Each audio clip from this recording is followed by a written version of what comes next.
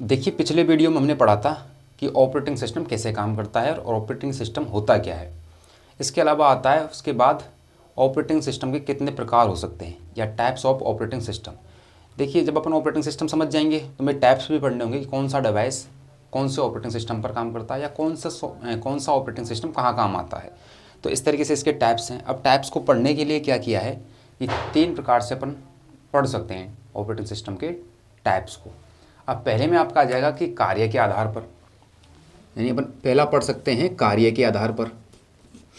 कार्य के आधार पर या based of work, based of work,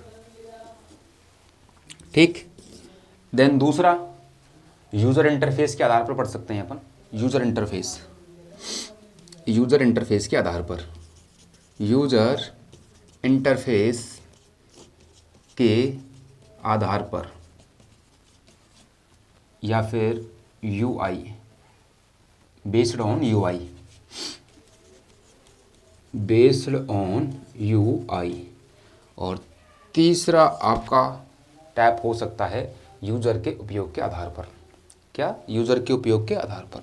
तो मैं लिख देता हूँ एक बार, यूज़र के उपयोग के आधार पर या बेस्ड ऑन यूज़र यूज, ठीक है। तो ये वैसे कोई बेसिक टाइप्स नहीं है, बस समझने के लिए अपन क्या इनको 3 पार्टों में डिवाइड कर लेते हैं ताकि समझ में आ जाए कि कौन से पार्ट में किस तरीके की चीज़ हमें पढ़नी है। तो सबसे पहले अपन पढ़ेंगे कार्य के आधार पर यानी बेस्ड ऑन वर्क। तो मैं ये नीचे वाले 2 मिटा देता हूँ एक बार और अपन पहला वाला टैब देख लेते हैं किस तरीके से इसमें कौन कौन से ऑपरेटिंग सिस्टम जो है। जो ऑपरेटिंग सिस्टम है उसमें सबसे पहले नंबर पे जो ऑपरेटिंग सिस्टम आता है वो है बैच प्रोसेसिंग ऑपरेटिंग सिस्टम। कौन सा? Batch processing operating system. मैं लिख देता हूँ ताकि आपको शॉर्ट नोट्स बनाने में थोड़ा वो, इसको मैं ए लिख देता हूँ, ABC टैब में डिवाइड कर लेते हैं। Batch processing OS। अब मैं हर बार ऑपरेटिंग सिस्टम को OS लिखूंगा, ठीक है, समझने के लिए, क्योंकि बार बार लंबा हो जाता है लिखना, ठीक है। Batch processing operating system. अब देखिए ये ऑपरेटिंग सिस्टम कौन सा ऑपरेटिंग सिस्टम है। देखिए ये क्या, बहुत टाइम पहले जब ऑपरेटिंग सिस्टम आया था ना फर्स्ट में, तो इतना आज के टाइम के बराबर अच्छा नहीं था, तो इसको बैच में या जॉब्स में डिवाइड कर दिया। यानी मतलब होना तो ये था कि एट ए टाइम एक वर्क करेगा वो, तो उसको जॉब में डिवाइड कर दिया। यानी मैंने बताया था फर्स्ट कंप्यूटर आया था वो आया था पंच कार्ड, पंच कार्ड प्रणाली पर काम करता था या पंच कार्ड सिद्धांत पर काम करता था। तो इस तरीके से ये एक ऑपरेटिंग सिस्टम था जो फर्स्ट में आया था, जिसको जॉब के हिसाब से डिवाइड कर दिया। यानी कोई पर्टिकुलर काम के लिए स्पेशली अपन जॉब डिसाइड करेंगे और उसको यूज़ में करेंगे, यूज़ लेंगे। अब इसका उपयोग क्या था, उस टाइम ज़्यादातर काम होता था काउंटिंग में या बिलिंग वगैरह में, तो इसका यूज़ होता था पेरोल बनाना, सांख्यिक विश्लेषण हो गया और बिल प्रिंट। तो इसका जो उपयोग है वो है पेरोल बनाना, पेरोल में हो गया। एक आपके काउंटिंग हो गया, हिंदी में बोल दूँ तो सांख्यिक, सांख्यिक प्रणाली, ठीक है, सांख्यिक प्रणाली में हो गया। इसके अलावा आप बिलिंग वगैरह, जो बिलिंग होती है ना होटल रेस्टोरेंट वगैरह पे, तो बिलिंग वगैरह में ये काम आता था, बिलिंग करने में, ठीक है, क्योंकि उस टाइम रिक्वायरमेंट ज़्यादा थी। इसमें क्या होता था कि अपन इस ऑपरेटिंग सिस्टम को सेट करके या फिर उसकी जॉब को सेट करके इसको कमांड देते थे, और कमांड दे करके अपन जैसे डेटा डाल रहे हैं और महीने के बाद उसका प्रिंट ले लिया अपन ने, तो इस तरीके से काम करता था। आज के टाइम पे होता है, लेकिन अभी ये एडवांस लेवल में है। बिलिंग मशीन में तो आज भी ऐसा होता है, लेकिन अभी वो एक्स्ट्रा जो हो गया आ गया है ना मार्केट में, उसके हिसाब से काम करता है। ये मैं उस फर्स्ट वाले ऑपरेटिंग सिस्टम की बात कर रहा हूँ जो बहुत पहले आया था, जो इतना मतलब पॉपुलर नहीं हुआ बाद में, ठीक है, क्योंकि इतना अच्छा नहीं था। सबसे मेन बीमारी थी एक तो काम करने में, जो काम होता था बहुत लेट, देरी से होता था, ये टाइम लेते थे सारे के सारे सिस्टम। दूसरा जो इंटरफेस था वो भी इतना अच्छा नहीं था, काम करने में बहुत सारी कठिनाइयाँ थी, ठीक है। तो ये सबसे पहले आया था, इसका नाम था बैच प्रोसेसिंग ऑपरेटिंग सिस्टम। अब इसके सेकंड पर आता है दूसरा, मैं कार्य के आधार पर आपको बता रहा हूँ सबसे पहले ऑपरेटिंग सिस्टम के जो एग्जांपल्स हैं उनको। अब दूसरा आया आपके मल्टी प्रोग्रामिंग ऑपरेटिंग सिस्टम। एक बार मैं इसके यूज़ मिटा देता हूँ।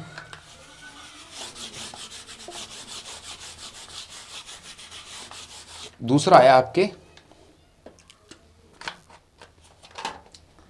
दूसरा मल्टी प्रोग्रामिंग ऑपरेटिंग सिस्टम। कौन सा? मल्टी प्रोग्रामिंग, आवाज़ नहीं, multi programming operating system, multi programming OS, ये था आपके दूसरा। ठीक है, अब मल्टी प्रोग्रामिंग ओएस में क्या आता है? मल्टी प्रोग्राम देखिए, जब एक साथ एक से अधिक प्रोग्रामों को रन या एग्जीक्यूट कराया जा सके, या जब एक साथ एक से अधिक प्रोग्रामों को रन या एग्जीक्यूट कराया या कराने में जो सक्षम हो ऑपरेटिंग सिस्टम, उसको बोलते हैं मल्टी प्रोग्रामिंग ऑपरेटिंग सिस्टम। ठीक, यानी कि देखिए, ये आपका प्रोसेसर है, इसी को बोलते हैं वैसे सीपीयू। देखिए, रियल में तो सीपीयू यही होता है, लेकिन जब शुरुआत करते हैं ना कंप्यूटर की, तो जो पूरा कैबिनेट होता है ना, जो कंप्यूटर के पास में रखा होता है, जिसमें डीवीडी राइटर होता है, जिससे आप ऑन ऑफ करते हो, ठीक है, लाइटिंग वगैरह, या यूएसबी स्लॉट्स होते हैं पीछे की साइड में, मदरबोर्ड के सारे स्लॉट्स आते हैं, तो अपन जनरली पढ़ने के लिए इसको सीपीयू बोल देते हैं, लेकिन समझाने के लिए बोल देते हैं। रियल में इसमें एक छोटा सा पार्ट होता है, वो होता है रियल सीपीयू। क्या होता है? ये होता है रियल सीपीयू। समझाने के लिए उसको, कैबिनेट को पूरे को बोल देते हैं अपन की सीपीयू। ठीक है, अब मल्टी प्रोग्रामिंग में क्या है, आप एक से अधिक प्रोग्राम एक साथ एग्जीक्यूट करा सकते हो। जैसे अपन जो यूज़ करते हैं ना, वो लगभग मल्टी प्रोग्रामिंग पे ही काम करता है। अपन एक टाइम पे विंडोज़ में गाने सुन सकते हैं, एमएस वर्ड में काम कर सकते हैं, एक साथ मेल भी कर सकते हैं, तो सारे काम एग्जीक्यूट होते रहते हैं। ठीक है, तो अब इसकी जो खामियां थी वो क्या है, एक तो सबसे पहली में तो आती है, इसमें टाइम शेड्यूल करना पड़ता है, यानी सीपीयू शेड्यूलिंग की आवश्यकता होती है। सीपीयू शेड्यूलिंग की, सीपीयू को शेड्यूल करना पड़ता है। सीपीयू शेड्यूलिंग कंपलसरी है इसके लिए, पहली बात। अब क्या होता है, देखिए, जैसे सीपीयू शेड्यूलिंग का मतलब, मैं एक छोटा सा एग्जांपल लूँ तो, जैसे मैं मोबाइल पे गाने सुन रहा हूँ, मैं अपने मोबाइल पे गाने सुन रहा हूँ, तभी किसी का कॉल आ गया, तो वो गाना पॉज हो जाएगा। अब जैसे वो पॉज हो जाएगा तो मैं बात करूँगा तो वो गाना नहीं चलेगा। तो वो जिसको यानी सीपीयू को इस तरीके से शेड्यूल किया गया है कि जो कंपलसरी वर्क है, जिसमें गाने की जरूरत नहीं है, तो गाने को रोक दिया जाए, तो उसको बोलते हैं शेड्यूल करना। तो ऐसे एग्जाम्पल्स को बोलते हैं, बस सीपीयू की शेड्यूलिंग की आवश्यकता पड़ती है। दूसरा मेमोरी मैनेजमेंट, मेमोरी मैनेजमेंट, तो ये दो इसके लिए कंपलसरी है। ठीक है, तो मल्टी प्रोग्रामिंग ऑपरेटिंग सिस्टम में दो चीज़ें बहुत कंपलसरी हैं, एक तो सीपीयू की शेड्यूलिंग और दूसरा मेमोरी मैनेजमेंट होना ही चाहिए, तभी वो मल्टी प्रोग्रामिंग ऑपरेटिंग सिस्टम कहलाएगा। ठीक है, इसके बाद में तीसरा आता है मल्टीटास्किंग।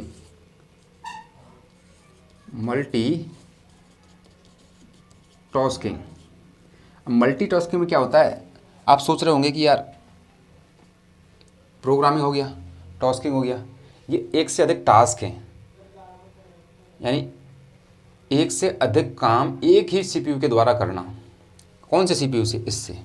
ये तो प्रोग्राम्स थे और सीपीयू एक ही है, और इससे अलग अलग टास्क करवाना सीपीयू से, एक ही सीपीयू से, अभी मल्टी नहीं आया, एक ही सीपीयू से अलग अलग टास्क करवाना एक ही टाइम पे।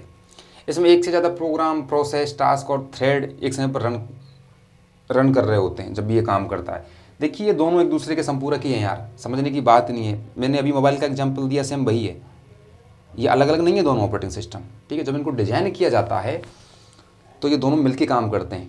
ये तो समझने के लिए यहाँ पे बताया जा रहा है कि एक होता है मल्टी प्रोग्रामिंग, एक होता है मल्टीटास्किंग, एक होता है फिर बाद में आ जाएगा मल्टी प्रोसेसिंग। ऐसे कुछ नहीं है, ये सारे मिलके भी बनाया जा सकता है, लेकिन समझने के लिए बताया जा रहा है कि ये इस तरीके से काम करते हैं। ठीक, हाँ, कोई सीपीयू मल्टी प्रोग्रामिंग भी हो सकता है, प्लस मल्टीटास्किंग भी हो सकता है साथ में, और मल्टी प्रोसेसिंग भी हो सकता है। ठीक, हाँ, देखिए, अब माइक्रोसॉफ्ट विंडोज़ जो है, जो अपन यूज़ कर रहे हैं, वो मल्टीटास्किंग कहलाता है, क्योंकि वो दोनों ये और ये दोनों उसमें मिलकर काम करते हैं। तो जो विंडोज़ है ना आपका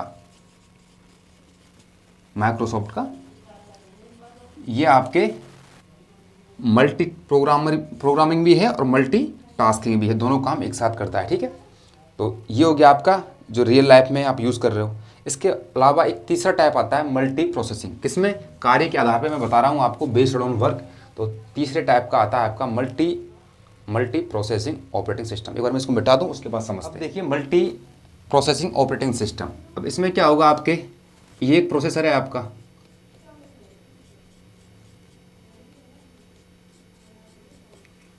अभी अपन को क्या है कि एक प्रोसेसर काम में नहीं लेना, अपन दो लेंगे काम में।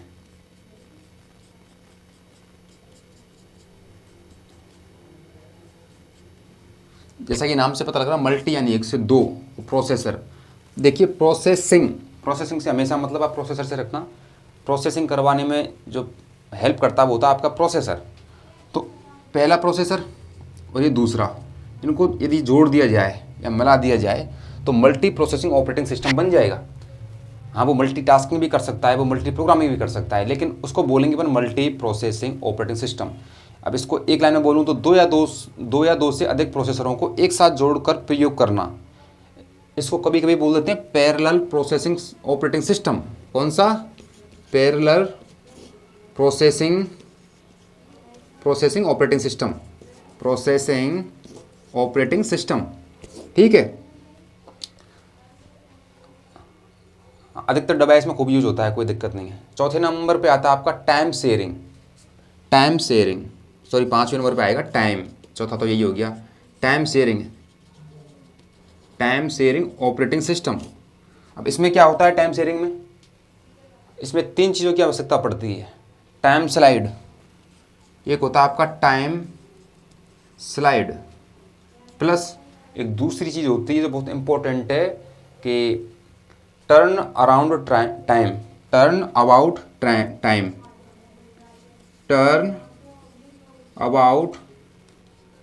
टाइम। और एक तीसरी चीज़ होती है जो काम करती है, वो है स्वैपिंग, SWIPPING, स्वैपिंग। अब इनके बारे में देखते हैं ये क्या क्या चीज़ है। इनको डार्क मोड में नहीं पढ़ेंगे, नेटवर्किंग में ज़्यादा डार्क ले जाएंगे अपन, ठीक है। तो सबसे पहले जो इसमें जो काम करता है क्वांटम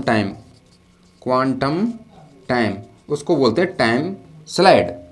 और टर्न अराउंड टाइम क्या है, मैंने अबाउट दिया, सॉरी अराउंड है ये, टर्न अराउंड टाइम, ठीक। इनपुट और आउटपुट डिवाइस जो काम कर रही है उनके बीच में लगा समय, इनपुट आउटपुट प्रोसेस के बीच में लगा समय, उसको बोलते हैं अपन टर्न अराउंड टाइम, यानी कि इनपुट और आउटपुट प्रोसेस टाइम।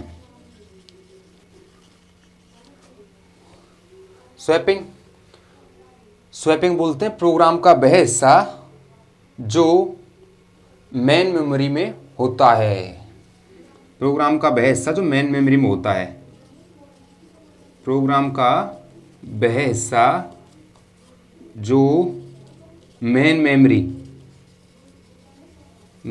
में होता है। जब भी कोई भी प्रोग्राम रन होता है तो उसका एक हिस्सा होता है बेसिक जो मेन मेमोरी में रहता है, जो रन होता रहता है, जो रन हो रहा होता है वो मेन मेमोरी में ही रहता है, ठीक है। तो ये तीन चीज़ें काम करती है टाइम शेयरिंग ऑपरेटिंग सिस्टम में। हाँ, यानी कि ऐसा ऑपरेटिंग सिस्टम बना देंगे अपन जो टाइम को शेयर करता रहेगा, मतलब वो फ्री नहीं बैठेगा। 2-3 बंदे काम कर रहे हैं, वो टाइम CPU जो है वो टाइम को शेयर कर रहा है, मतलब अलग अलग टाइम पर अलग अलग काम को एग्जीक्यूट कर रहा है, ठीक है। तो उसको बोलते हैं अपन टाइम शेयरिंग ऑपरेटिंग सिस्टम, ठीक है। इस 7वें पे 6वें पे जो भी आप देख लेना अपने हिसाब से। डिस्ट्रीब्यूटेड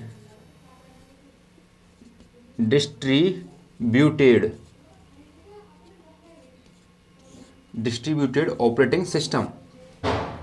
अब ये कौन सा ऑपरेटिंग सिस्टम आ गया? देखिए एक ऐसा ऑपरेटिंग सिस्टम हमें आवश्यकता है जिसकी बनाने की, जैसे मैं एक छोटा सा एक बताऊँ, अपन ने एक होस्ट बना दिया, एक कंप्यूटर को बना दिया होस्ट, इसको मैं होस्ट लिख रहा हूँ, ये बन गया आपका होस्ट। एक दूसरा कंप्यूटर है जो दूसरे स्थान पर रखा हुआ है, कहीं दूर है, ये तीसरे स्थान पर रखा हुआ है, ठीक है। मैं इनको यूज़र लिख देता हूँ एक बार, ये यूज़र है, ये यूज़र है, और एक और ले लेते हैं अपन, और ये तीसरा कंप्यूटर है। ये कई हो सकते हैं। अब ये तो अपन ने बना दिया ऑपरेटिंग सिस्टम। अब मेन जो होस्ट का काम कर रहा है वो आपका ये होस्ट कंप्यूटर कर रहा है, जहाँ पे फाइल्स वगैरह होती हैं। तो इसकी फाइल्स ये सारे यूज़ कर सकें और इन सब पे भी ये नियंत्रण रख सके, इसको अपन जोड़ देंगे इंटरनेट से। किससे? इंटरनेट से। तो ये हो जाएगा डिस्ट्रीब्यूटेड ऑपरेटिंग सिस्टम, यानी कि ये बंदा दूसरी जगह बैठा हुआ है, कहीं कितनी भी दूर हो सकता है, उससे मतलब नहीं है, बस नेटवर्क से जुड़ा हुआ है या इंटरनेट से जुड़ा हुआ है। ठीक है, इंटरनेट से जुड़े हुए सारे कंप्यूटर, बहुत सारे हो सकते हैं, मैंने 3 बनाए हैं आपको समझाने के लिए। ये होस्ट है, मेन होस्ट, ये यूज़र है, ये पहला यूज़र, ये दूसरा यूज़र, ये तीसरा यूज़र, ये आपस में इससे कनेक्ट हैं और ये इसकी सारी फाइलें मेन मेमोरी वगैरह का यूज़ कर सकते हैं देखने के लिए। और ये तो होस्ट है तो करेगा, इसी स्वाभाविक सी बात है, इनकी सारी मेमोरी वगैरह यूज़। तो ये इसको बोल देते हैं अपन डिस्ट्रीब्यूटेड, यानी बटा हुआ ऑपरेटिंग सिस्टम, जो सब जगह एक टाइम पे काम कर जाए। अब देखिए इसके, अगर इसकी मैं एक बेसिक एग्जांपल दूं या बेसिक उदाहरण दूं तो ऐसे देखिए, इसमें कार्य को फिजिकल रूप से अलग अलग स्थानों पर स्थित कंप्यूटर्स के बीच बांट दिया जाता है, पहली बात तो, और इन्हें इंटरनेट से जोड़ देंगे अपन, भाई जोड़ना भी ज़रूरी है ना, बांट रहे हैं तो। अब सबसे मेन और इसका प्लस पॉइंट क्या है कि ये इसको वायरलेस एक्सेस कर सकते हैं अपन, यानी कि ये वायरलेस काम कर सकता है। तो यार इंटरनेट से कनेक्ट है तो सीधी सी बात है कि ये वायरलेस से काम कर सकता है। और कभी कभी बोल देते हैं कि रिमोटली एक्सेसिबल है, यानी कि रिमोट टाइप से भी ये काम कर सकता है। तो रिमोट टाइप ही हो गया, कहीं से बैठे बैठे अपन यूज़ कर रहे हैं, ठीक। इसके बाद एक ऑपरेटिंग सिस्टम आता है आपके कार्य के आधार पर, वो है एम्बेडेड ऑपरेटिंग सिस्टम। यहाँ जगह नहीं है, एक बार मैं इसको मिटा देता हूँ, उसके बाद देखते हैं जो भी है। Embedded OS, embedded operating system. अब ये कौन सा ऑपरेटिंग सिस्टम आ गया? ये ऑपरेटिंग सिस्टम किसी स्पेशल कार्य के लिए डिजाइन किया जाता है। पहली बात तो कोई स्पेशल काम करना है अपन को,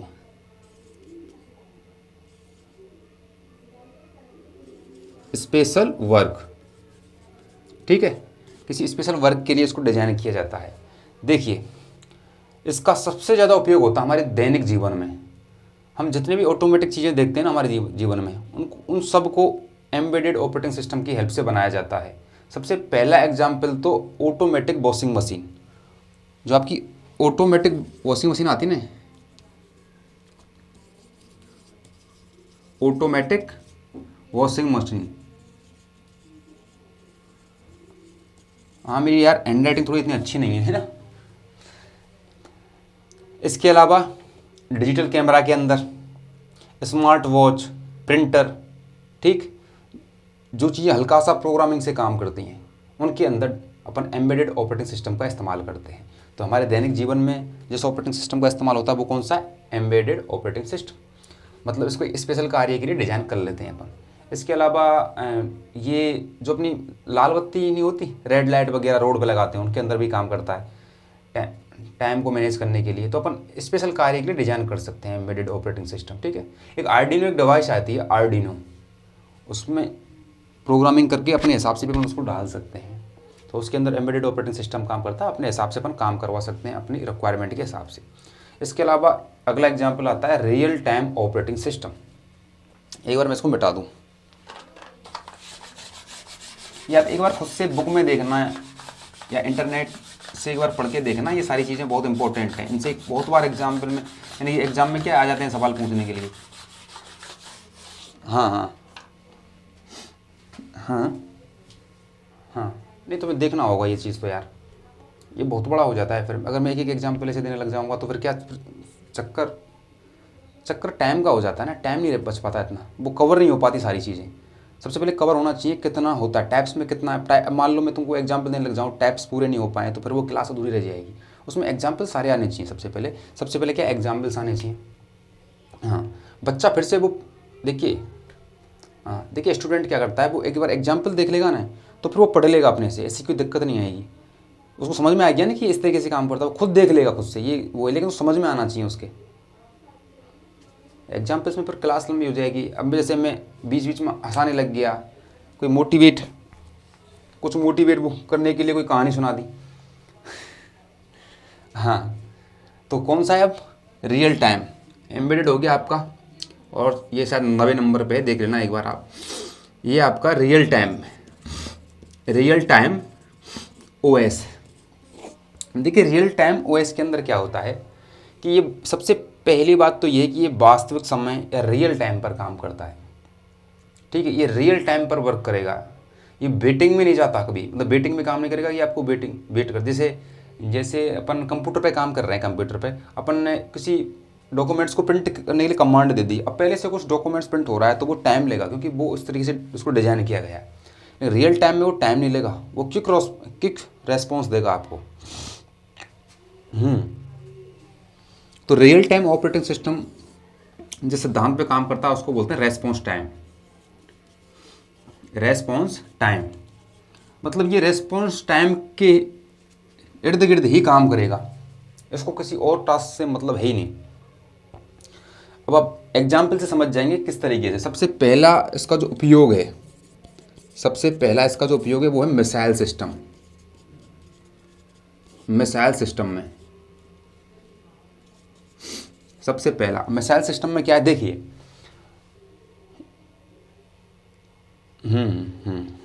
हाँ ठीक है, बहुत सही है।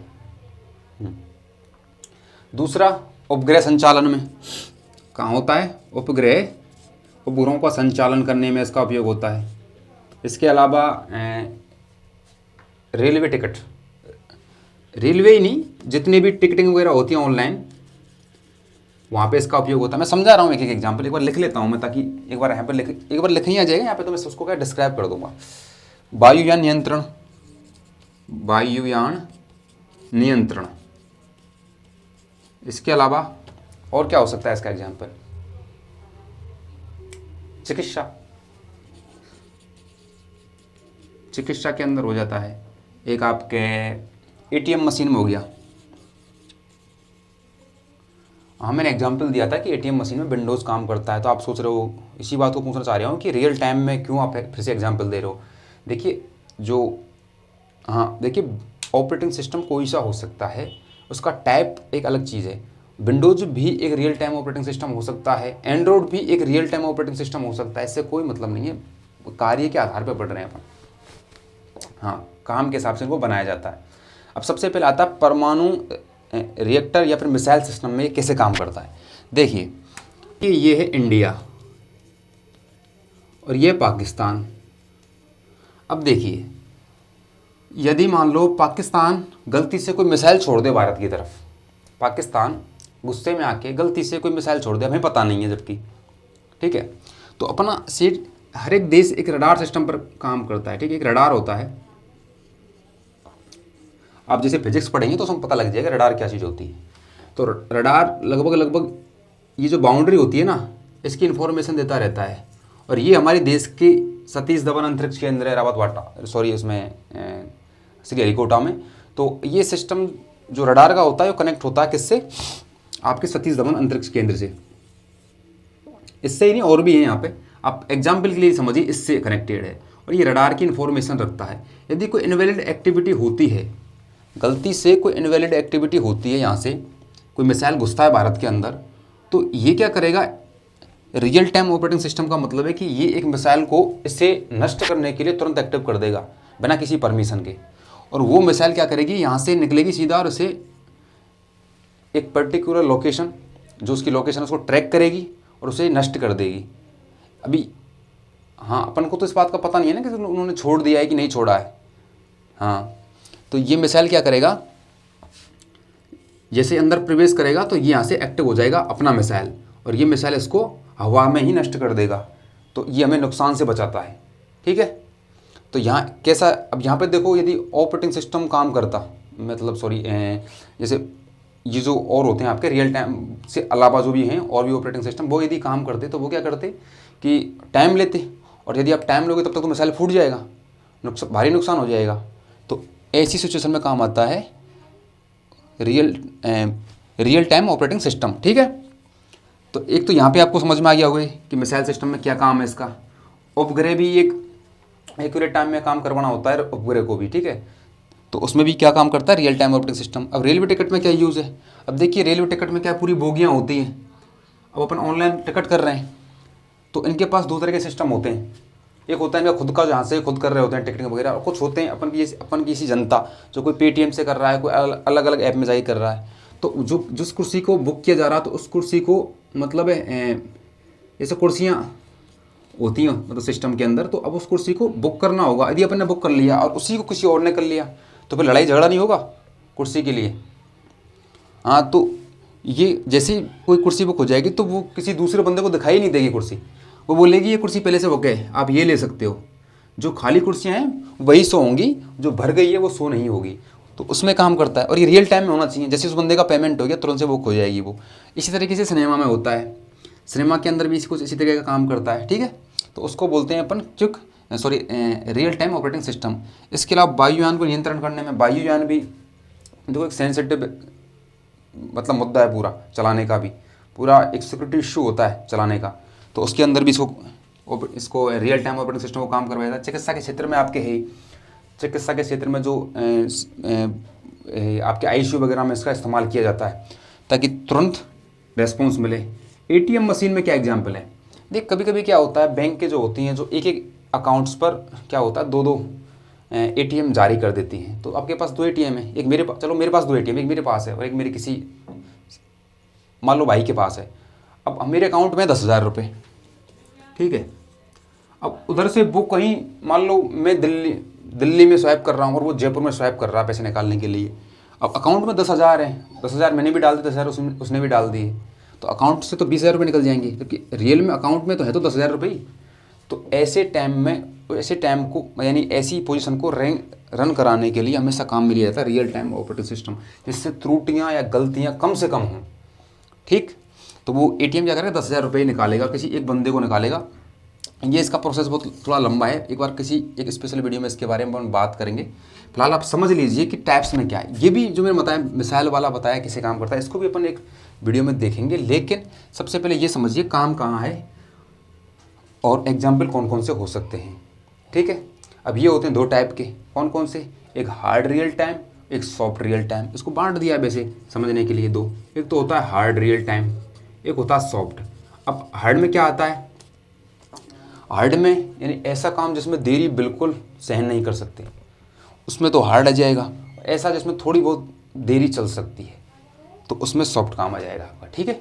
अब आपके आता है दूसरा, यूज़र इंटरफेस के आधार पर क्या आता है, ये आपका बी हो गया, यूज़र इंटरफेस के आधार पर। अब यूज़र इंटरफेस के आधार पर ऑपरेटिंग सिस्टम कौन कौन से हो सकते हैं, देखिए केवल दो हो सकते हैं। इनको बार बार मैंने जब पहले पढ़ाया तो जिक्र भी कर दिया है इनका, लेकिन फिर भी आज एक बार और देख लेते हैं। एक तो होता है आपका CUI, एक होता है आपका GUI। इसकी full form character user interface, character user interface. इसकी graphical user interface, graphical user interface, ठीक है। दोनों की फुल फॉर्म कंप्लीट है। अब देखते हैं कहाँ कहाँ है। देखिए MS-DOS जो था आपका ऑपरेटिंग सिस्टम, वो था CUI पर आधारित है। MS-DOS एग्जाम्पल पूछ लेता है कि कौन सा CUI पर काम करता था, तो MS-DOS था आपका CUI पे। और उसके अलावा अब आते हैं GUI पे। GUI का आविष्कार जीरोक्स ने किया था, एक जीरोक्स नाम की कंपनी है, जीरोक्स कंपनी ने इसकी खोज करी, GUI ग्राफिकल यूजर इंटरफेस। जैसे इसमें मैंने बताया था आपको कि यूज़र फ्रेंडली होता है, इसके अंदर ग्राफिक्स वगैरह रंगीन सिस्टम पूरा जो काम करता है वो GUI के आधार पर काम करता है, तो उसको बोलते हैं यूज़र फ्रेंडली, और जीरोक्स ने इसका आविष्कार किया।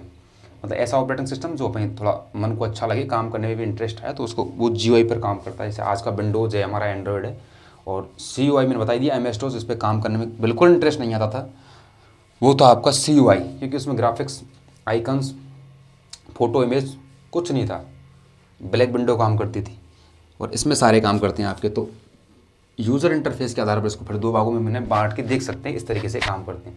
फिर एक तीसरा आ जाता है यूज़र के उपयोग के आधार पर। अब यूज़र के उपयोग के आधार पर, ठीक। अब इसमें केवल दो एग्जाम्पल आते हैं, एक तो होता है सिंगल यूज़र ऑपरेटिंग सिस्टम, एक होता है मल्टी यूज़र। पहला होता है आपका सिंगल यूज़र ऑपरेटिंग सिस्टम, और एक हो सकता है आपका मल्टी यूज़र OS। इसके दो एग्जाम्पल हो सकते हैं। अब सिंगल में क्या आता है, इसमें केवल एक टाइम पर एक ही यूज़र काम कर सकता है, मतलब एक टाइम पर एक ही यूज़र, हाँ, एक टाइम पर एक ही यूज़र काम कर सकता है।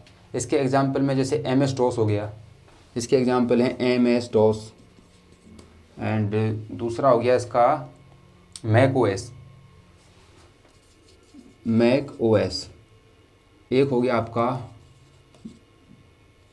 विंडोज़ 98 और शायद 95 भी इसके एग्जाम्पल हैं। एक बार और 95 और 98, हाँ 95 और 98।